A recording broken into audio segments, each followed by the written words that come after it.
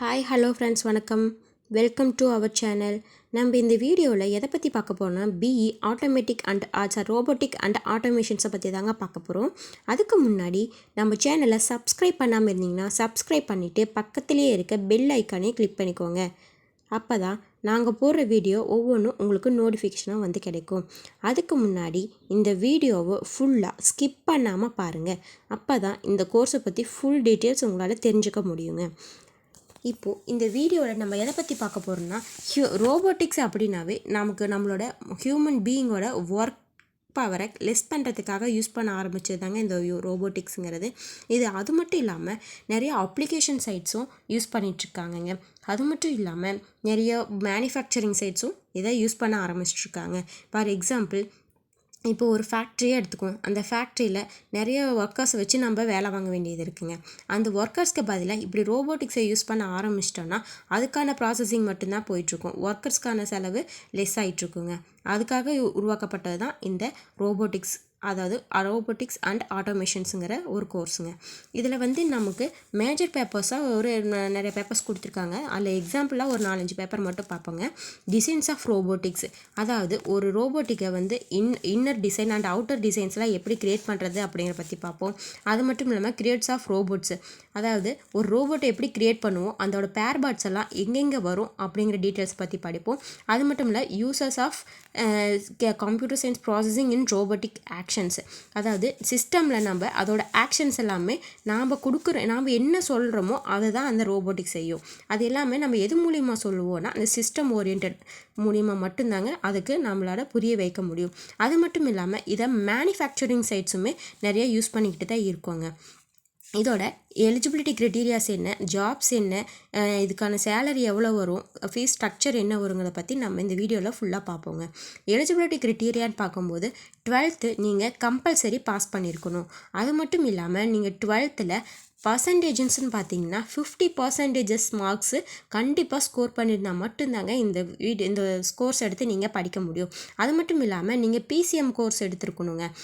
12th பிசிஎம்னா physics chemistry maths biology or physics chemistry maths computer science course எடுத்திருந்தால் மட்டும்தான் இந்த கோர்ஸ் எடுக்க முடியும். அது மட்டும் இல்லாமல் என்ட்ரன்ஸ் எக்ஸாம்ஸும் இருக்குங்க.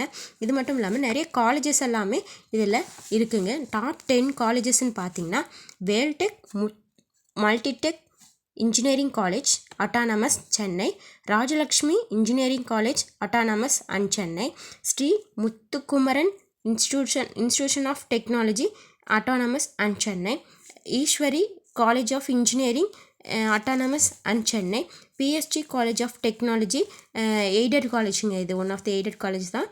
இதுக்கு Kovai. Then Muthayammal engineering college Namakkal, Sengunthar college of engineering same as Namakkal, Erode Sengunthar arts engineering college Erode, Sri Ramakrishnan engineering college same as Kovai. இது கோவையிலே 2 காலேஜஸ் தான் இருக்குங்க. அது மட்டும் இல்லாமல் Dhanalakshmi college of engineering Perambalur. இதில் நம்ம டாப் 10 காலேஜஸ்ன்னு பார்த்தீங்கன்னா இந்த 10 காலேஜ் தாங்க கொடுத்துருக்காங்க. இதில் ஏதாவது ஒரு காலேஜ் தான் நம்ம சூஸ் பண்ணி நமக்கு தேவையான அந்த கோர்ஸை நம்ம படிக்க முடியுங்க.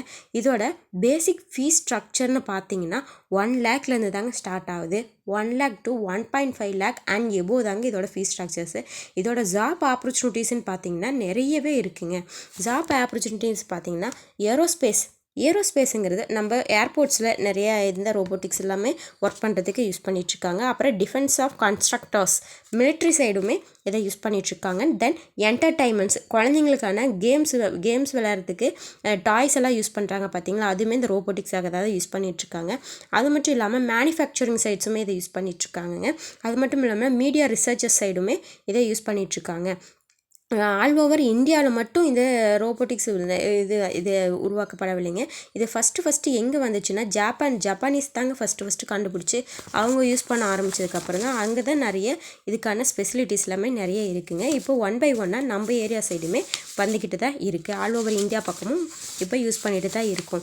இதோட சேலரி ஸ்ட்ரக்சர்ஸ்ன்னு பார்த்தீங்கன்னா 1 லேக் அண்ட் எபோவ் தாங்க இதோட சேலரி. Starting salary 1 lakh கொடுப்பாங்கங்க.